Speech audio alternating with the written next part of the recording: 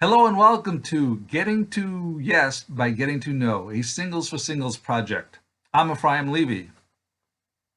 Welcome. I am Sarah Newcomb Gordon. We are the hosts of Getting to Yes by Getting to Know. Welcome. Great. So all too often we find that by the time we find out about a single and their wonderful qualities, it's too late for us to marry them. For example, once someone's a chassan and kala, we hear by the Shev Brachos, all the chesed secret things that they do. Or chas v'shalom, when someone passes at the hesped, at the eulogy, we find out the things that they did. This show, Getting to Yes by Getting to Know, we look forward to introducing wonderful singles before it's too late and find out about their special qualities. If you're interested in becoming one of our in meeting one of our candidates, or would like to be a candidate for an interview, or if you have any feedback about our show, please contact at Singles4Singles at gmail.com. That's singles, the number 4, singles at gmail.com. And the videos will be available on the YouTube channel. The link and information will be at the end of this show. And just want to tell you a little bit about my wonderful co-host, Sarah Newcomb Gordon.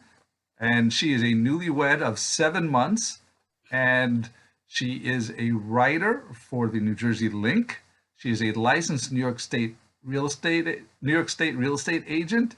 And she is a co-host of the radio show with her husband, Haliga Al Gordon, on 1640 WJPR AM radio.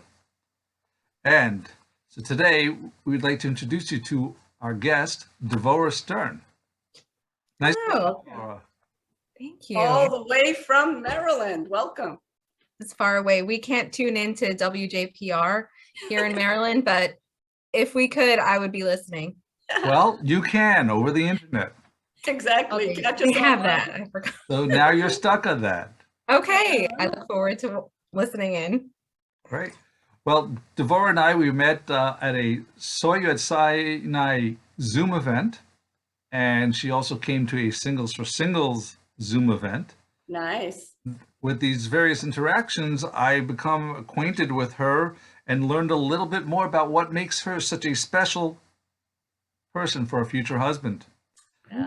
Starters, she's very positive, thoughtful, and responsible. She's a female mensch, and she's very easy to interact with, as you will see shortly. Very nice. I only had to pay Efraim like not even that much money to say all those nice things, right? You didn't have to pay me anything. It was so easy. Yeah, we can tell the men check crown on your head, my dear. Let's hear. Thank you. So tell us a little about yourself and what you're looking for in a shidduch. Oh my goodness. Thank you for asking. Okay. So first of all, thank you both so much for making the time to do this and this awesome idea and for inviting me on the show. It's like my moment of fame. I've been waiting for a long time. Well, we thank you. It's really exciting. Okay, so I do live in Maryland. I live in Baltimore. I am foremost a mom of 2 awesome teenagers, a boy and a girl. How old are they? I have a 15-year-old son and a 12-year-old daughter. It's amazing considering you're 34 years old. It's amazing, isn't it? Wow. I don't look a day over 25. No, I'm, it's. You don't have to tell us. That's not part of the show. Right. No, it's just, so yes, thank God. My kids are awesome. It's like my favorite thing in the world, spend time with them.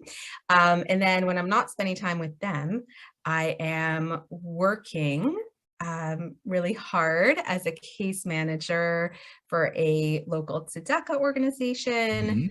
And I also teach at WITS, which is formerly Ma'alot, Baltimore. Wow. So it's a seminary. I teach psychology, which is like one of my favorite subjects. And then I also teach at a Sunday school, a Hebrew school for little cute little children who are super awesome and fun. Yeah, I forgot if there was another question. I think it was just like, tell us about yourself. So that's what I do, which is also who I am, I guess. Right. That's the next question. Sounds like you manage a lot of cases, though, for a lot of age groups there, a lot of chesed going on. It's fun. Thank God. Yeah. Yeah. I always say, like, I was a little bit jealous of people because I didn't always work in the frum community. I had worked in secular, community. And I was a little bit jealous of the people who like had full-time jobs and then also were like, giving people rides and cooking for other people for Shabbos and like having all the people over. It was a lot to juggle. And I was like, I wish I could do that, but I just like can't manage it all. And then Hashem gave me this awesome job where my job is actually doing chesed and Great. I just get to do them simultaneously. Yeah, It's so fun. that's great. All right. Very Awesome. nice. One of the By the reasons way, I there's wanted no crime in not trying to be one of those superwomen, by the way, as a realtor who goes into every home. There's no such thing. So you're doing great and just be yourself. Thank you. I try to aim my camera, at just a limited view so that you can't see the stuff that it looks good from this end. Not a superwoman. Yeah, but thank you. Well, I just want the guys to know something, that on her profile, it says something that you don't find everywhere. And that she's a football fan of the Baltimore Ravens. Cool. Tell us more about that. Thank you, Efraim. Yes, that's like right at the bottom of my profile. And there's a very specific reason that I put that in. How shall I say? Well, one is I want to show that I can have loyalty to a team, even if they don't make it to the playoffs every single season. Like it's good. I'm a Giants fan, so you don't have to say anything to me. Okay, good. Yeah, I feel bad for you, but okay, good. So that's one part of it. But I think the other part is that a lot of what's in my resume is like I really like learning a lot of Torah, and I like to try to grow as a person, and I see myself as a really spiritual person, and I like talking about Torah and growth and stuff.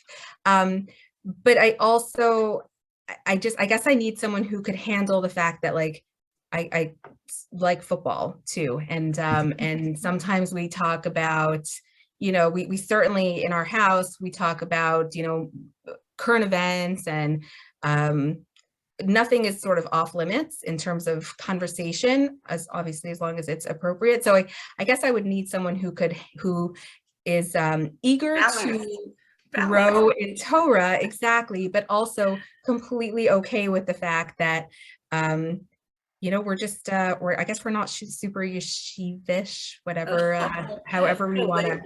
You're balanced. Yeah. What's that? You're balanced and you're complex. Balanced and complex. Yes. Thank you. And normal.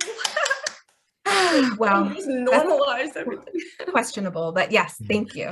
Yeah, somewhat normal. There's one other thing on the resume that I need to bring up. I know what micrography is. Micrography. Oh. Something small and pictures. I don't know. Excellent. No, that's a very good guess. Thank you so much for bringing that up. So micrography is really just, it's very simple. It's something that I have, I enjoy doing. It's writing in tiny little letters and creating a picture through that. So I'm sure you do that. I attempt to do that. Yeah. Those are amazing. I've seen them. It's really fun. And the truth is that it looks like, the person who did it is so talented. And believe me, the ones that you see hanging on the walls, like those people are really talented. When I do it, it's essentially literally you just write very small. That's it. But you can create pictures with it.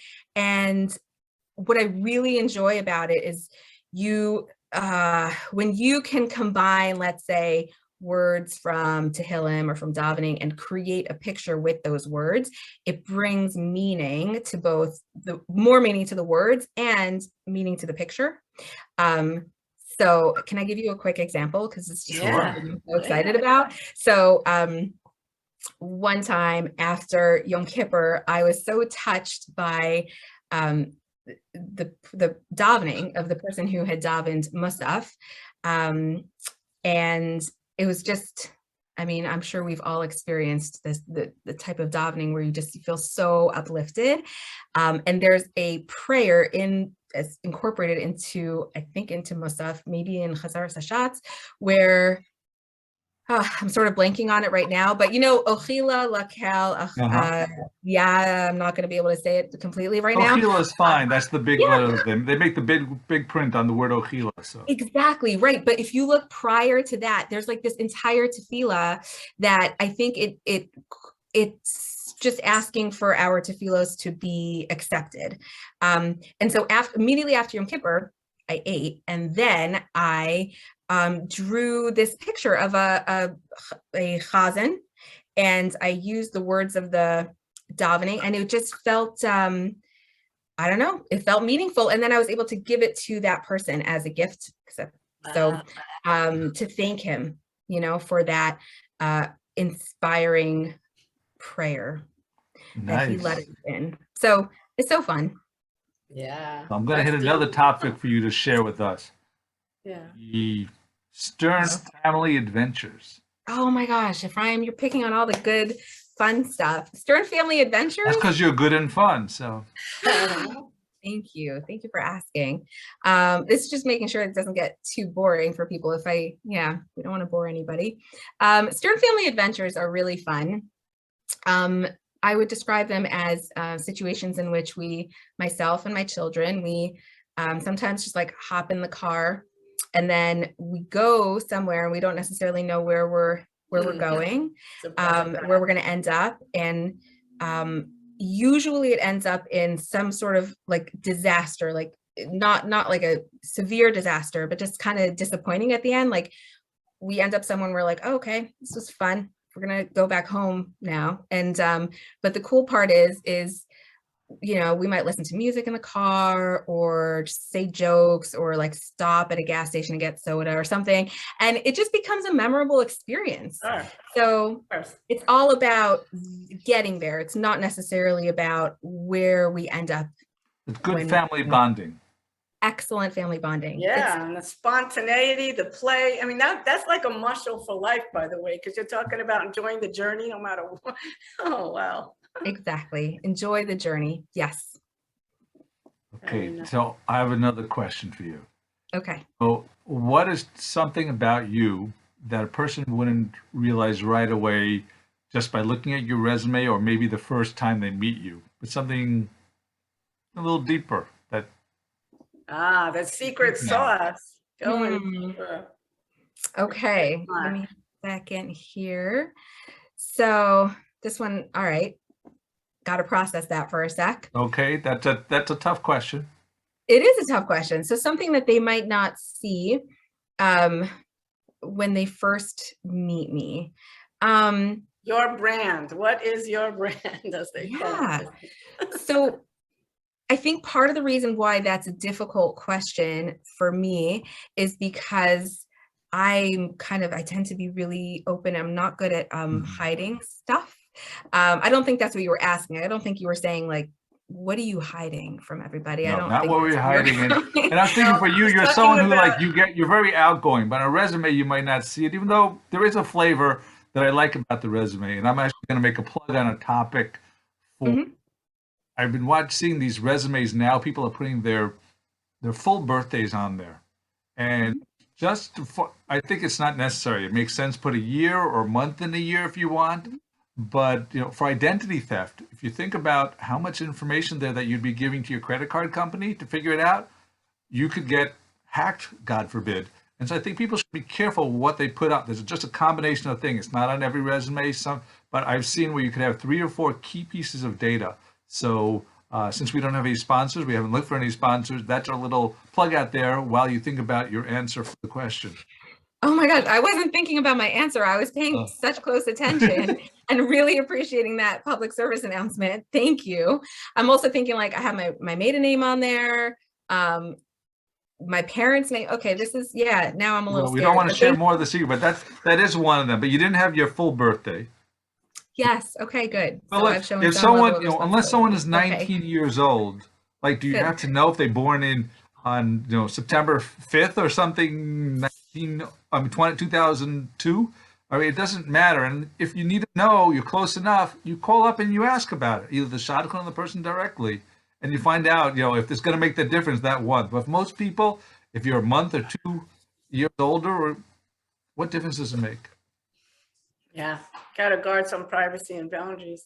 As far as her memorable impact, if you would ask me already from this short time we've been on here, Go ahead, this Sarah. gal, I feel like I know this gal my entire life. She's a connector. She's open. She's there's no walls in front of her. It's we got a screen in front of us, and I feel like she's my buddy. It's nice. Oh, thank you. When I meet you, when I meet you in person, I'm gonna give you a hug. And I believe that. Sarah and I are good friends already. That's it. Thank you. That's exactly the type of person you should have a relationship like that, only better with your husband, which is happening soon. Before we close, is there any closing comment or that you'd like to share about yourself? Not about saying thank you, Sarah and Efraim type of thing. Yes. Oh, thank you so much for doing this.